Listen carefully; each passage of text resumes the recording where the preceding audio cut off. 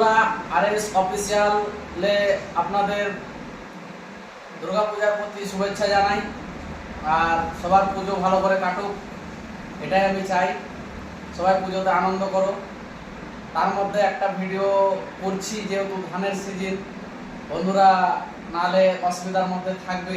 যেহেতু আমার একটু এগ্রিকালচার নিয়ে সব কিছু করা, তার জন্য মানে এগ্রিকালচার বিষয়ে একটু আমাকে আপডেট দিতে হয়।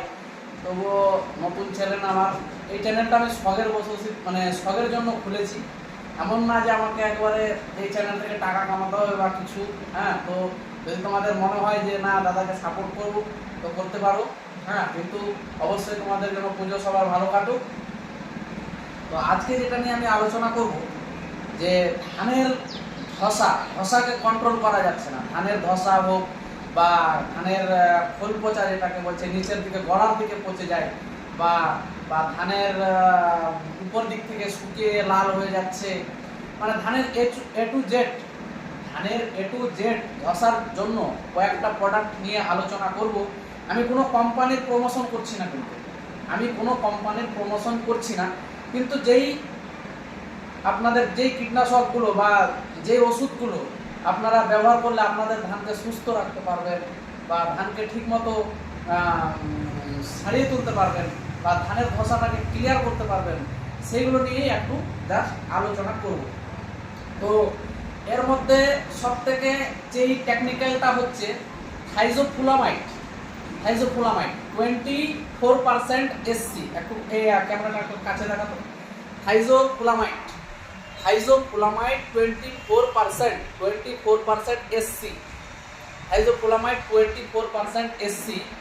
এই কোম্পানিটা মানে এই টেকনিক্যালটা মানে ধসার জন্য খুবই ভালো। তো এছাড়া যে আমরা হেক্সাকোনাজল ব্যবহার করে থাকি, বা আদার্স অ্যামস্টারটপের যেসব জিনিসগুলো বেরিয়েছে, সেই সব জিনিসগুলোর থেকে এই থাইজোফুলামাইড যে টেকনিক্যালটা যেই বলছি, সেই ফাঙ্গিসাইডটা মানে ব্যবহার করলে আমাদের গড়া পচা, ধসা, খোলা পচা সব জিনিসের রোগ থেকে নির্মূলভাবে মানে সুস্থ থাকবে ধান। কিন্তু এই থাইজোফুলামাইডের সঙ্গে আমাদেরকে কিছু কিছু জিনিস ব্যবহার করতে হবে, সেগুলো আমি পরে বলছি। তার মধ্যে আমি আগে বলবো, এই সব যেসব কোম্পানির থাইজোফুলামাইডগুলো আপনারা নিশ্চিন্তে ব্যবহার করে ধানকে সুস্থ করতে পারবেন, তার মধ্যে হচ্ছে ইজুকি। এটা হচ্ছে আইআইএল ট্র্যাক্টর ব্র্যান্ডের ইজুকি। এটা হচ্ছে ইজুকি। তো এইটা সবথেকে একটা ভাইটাল ওষুধ। এটা থাইজোফুলামাইড প্লাস কাসুগামাইসিন এর সঙ্গে অ্যান্টিবায়োটিক পাঞ্চ করা আছে।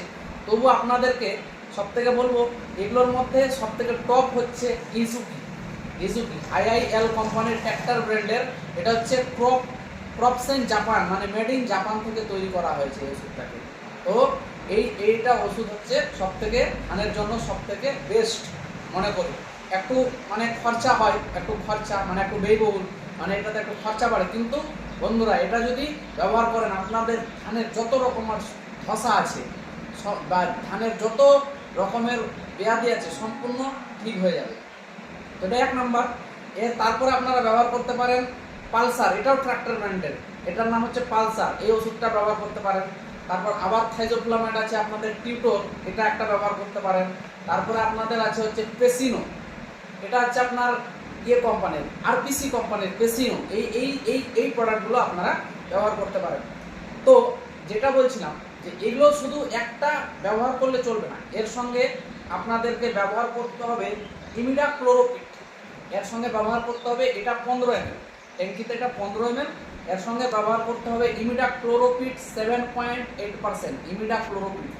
ইমিডাক্লোরোপিড 7.8%, 15 ml ধানে। বন্ধুরা, এই সময় ইমিডাক্লোরোপিড একটা গুরুত্বপূর্ণ জিনিস। এটা আপনারা 15 ml ব্যবহার করবেন। এর সঙ্গে আপনারা দিতে পারেন বায়োডক্সা দিতে পারেন, যেটা ইমাভ্যাকটিন 1.9% পোকার জন্য। ইমাভ্যাকটিন 1.9%, এটা আপনারা ট্যাঙ্কি প্রতি 25 ml দিতে পারেন। এর সঙ্গে ভ্যালিডামাইসিন অবশ্যই পাঞ্চ করাবেন 30 ml করে। ভ্যালিডামাইসিন একটি অ্যান্টিবায়োটিক। এই অ্যান্টিবায়োটিকটা তরল হিসাবে ধানের জন্য, এটা একটা পাঞ্চ করবেন। আর সিলিকন বেস আঠা, বন্ধুরা, সিলিকন বেস আঠা প্রত্যেক ট্যাঙ্কিতে 10 ml করে দেবেন। এছাড়া ইমাভ্যাকটিন 5 পয়েন্টে আপনারা এই ইমাভ্যাক্টিন 5% যেটাকে দানা আকারে পাওয়া যায় সেটাও আপনারা ব্যবহার করতে পারেন। আশানুরূপ খুব ভালো ফল পাওয়া যাবে। ঠিক আছে বন্ধুরা, পরে দেখা হবে, আবার নতুন ভিডিও নিয়ে আসবো। ভালো থাকুন, সুস্থ থাকুন।